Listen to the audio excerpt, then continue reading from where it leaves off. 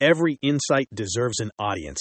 Welcome to Atypica AI. If you're making investment decisions right now based on what the market thinks the Fed will do in 2026, I need to tell you something uncomfortable. You're flying blind. And here's why. Right now, the smartest people in finance can't agree on whether we're getting 0 rate cuts or 3. 0 versus 3. That's not a rounding error. That's the difference between holding bonds that crater in value and positioning for a recession that may never come. The gap between these forecasts represents trillions of dollars in potential wealth creation or destruction. And the truly dangerous part is that each camp has legitimate, research-backed reasons for their conviction. I've spent the past month pressure testing every major forecast for Fed policy in 2026, and what I discovered fundamentally changed how I think about positioning for the next 18 months. The problem isn't that experts disagree. The problem is that everyone's waiting for certainty in a year where certainty is impossible. And that's exactly the opening sophisticated investors are exploiting right now. Let me explain the real game being played. Right now, the Federal Reserve's own projections suggest one modest rate cut in 2026. Goldman Sachs and Barclays are forecasting 3 cuts. JP Morgan thinks we might see 0. These aren't just different numbers. They represent completely different economic realities. And here's what nobody's saying out loud. All 3 could be right, depending on which version of 2026 actually unfolds. The conventional approach is to pick the forecast you like best and build your strategy around it. That's a catastrophic mistake. Because the real question isn't how many cuts we'll get. It's what conditions will force the Fed's hand one way or another, and how you position to win regardless of which path we take. Let me show you what I mean. I convened a roundtable with experts representing each major camp. The hawks, who think the Fed can't cut, the doves pushing for aggressive easing, and the centrists betting on a middle path. What emerged wasn't consensus. It was something far more valuable, a map of the precise conditions that will determine which forecast becomes reality. Here's my conclusion after all this research. There are exactly 3 plausible scenarios for 2026, and you need a strategy for each one. Not a prediction, a strategy. Because the winners in 2026 won't be the people who guessed right. They'll be the people who recognized the signposts early and moved before the consensus caught up. Let me walk you through each scenario and show you what to watch for. This is the world where inflation refuses to die quietly. I talk to strategists who believe this is inevitable. Their argument? The Fed has spent 3 years rebuilding its inflation-fighting credibility. They're not going to throw that away by cutting rates prematurely just because markets are getting uncomfortable. Here's the quote that stuck with me. Easing policy before we have unequivocal, sustained evidence that core PCE is trending to 2% risks reigniting the very structural imbalances we worked so hard to correct. That's not just hawk talk. That's the Fed's institutional memory of the 1970s, screaming at them not to repeat history. In this scenario, the economy stays surprisingly resilient. The unemployment hovers below 4%. Consumer spending holds up. Inflation, it gets stuck above 3%, maybe bouncing around, never quite breaking convincingly lower. In that world, the Fed has 0 incentive to cut rates. In fact, they might need to keep signaling higher for longer just to keep inflation expectations anchored. The key signpost here is simple. If core PCE inflation stays above 3% through the spring, or worse, if it reaccelerates even slightly, you're in hawkish hold territory. And you need to position accordingly. That means getting defensive on long-duration bonds because rates aren't coming down. It means favoring sectors that can handle sustained higher rates. Financial stocks might actually thrive here.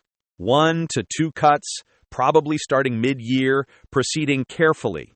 This is the soft landing everyone's hoping for. Inflation gradually trends toward target. The labor market softens a bit but doesn't collapse. The Fed feels comfortable making modest, data-dependent cuts to normalize policy. This scenario has support from 2 very different camps, which is actually interesting. The Fed watchers think we achieve a genuine soft landing, where global disinflationary forces help the Fed thread the needle. The market strategists arrive at the same conclusion, but for a different reason. They think financial stress will force the Fed's hand even if inflation isn't fully conquered. Here's what matters for you. This scenario requires inflation to clearly, convincingly break below 3%. Not just one good print, a sustained trend. And unemployment needs to tick up moderately, call it the 4 to 4.2% range. Not catastrophic, but enough to give the Fed cover to ease. The signposts to watch are the spring inflation reports and the employment data starting in March. If core PCE definitively breaks below 3% by May and unemployment is drifting toward 4.2%, you're looking at a June or July rate cut. That's your signal to start extending duration in fixed income and positioning for a late cycle rotation in equities. This is 3 or more rate cuts, potentially starting as early as March or June, because the labor market deteriorates faster than anyone expects. The argument here is that the Fed is making a classic mistake, fighting yesterday's war. They're so focused on inflation that they're going to keep policy too tight for too long and trigger an unavoidable downturn. The economist I spoke with, who champions this view, made a compelling case. Once unemployment clearly crosses above 4.2% and keeps rising, the Fed's calculus completely changes. Suddenly, their maximum employment mandate takes precedence over the inflation target. Here's the critical insight. In this scenario, the Fed doesn't wait for inflation to hit exactly 2%. They cut because the labor market is screaming that policy is too restrictive. The key phrase one expert used was dangerous slack.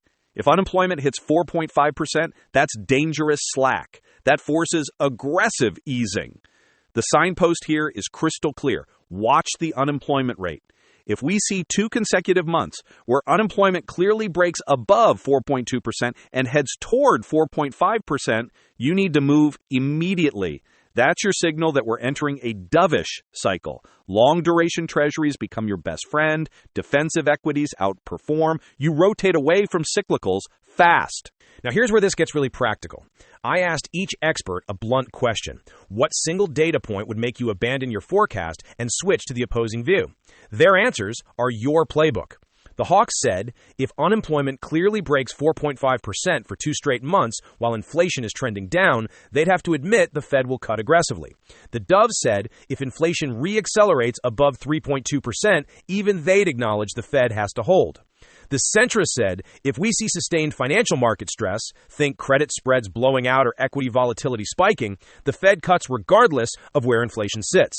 These aren't just opinions. These are the tripwires. The moment any of these conditions materialize, you know which scenario is activating, and you can position ahead of the market consensus catching up. There's one more variable I need to mention, and it's the wildcard that could override everything. Jerome Powell's term as Fed chair expires in May 2026. This timing is absolutely critical. Multiple experts told me the same thing. A new Fed chair is going to be incredibly reluctant to cut rates aggressively in their first months on the job. Why?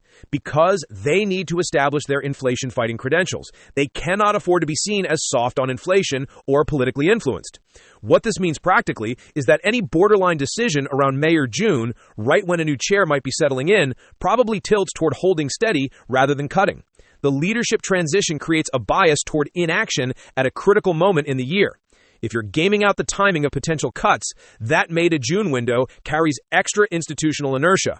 So here's what I'm doing, and here's what I recommend you do. Stop trying to predict which scenario will happen. Instead, build a monitoring system around the signposts I just gave you.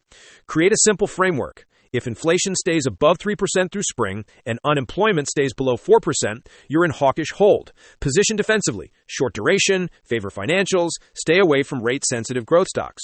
If inflation breaks convincingly below 3% by May and unemployment drifts to 4.2%, you're in cautious pivot. Start extending duration gradually. Position for a late cycle rotation, take profits on the most aggressive short positions. If unemployment breaks 4.2% and heads to 4.5%, especially if it happens quickly, you're in Dovish Push. Immediately move to long duration treasuries, rotate to defensive equities, and prepare for an aggressive easing cycle.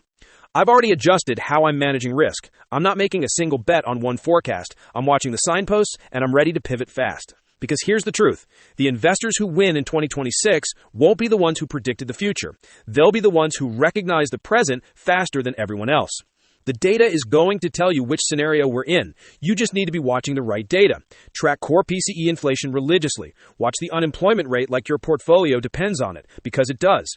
Pay attention to credit spreads and equity volatility as early warning systems for financial stress. And remember that Fed chair transition in May? creates a structural bias toward caution, right when the market might be expecting action. This is your playbook. 3 scenarios, clear signposts for each, actionable positioning for all 3. The opportunity in 2026 isn't in being right about the number of rate cuts. It's in being prepared for all 3 versions of reality and moving decisively when the signposts tell you which one is unfolding. That's how you win when everyone else is still arguing about predictions. Want to learn more about interesting research? Check out Atypica AI.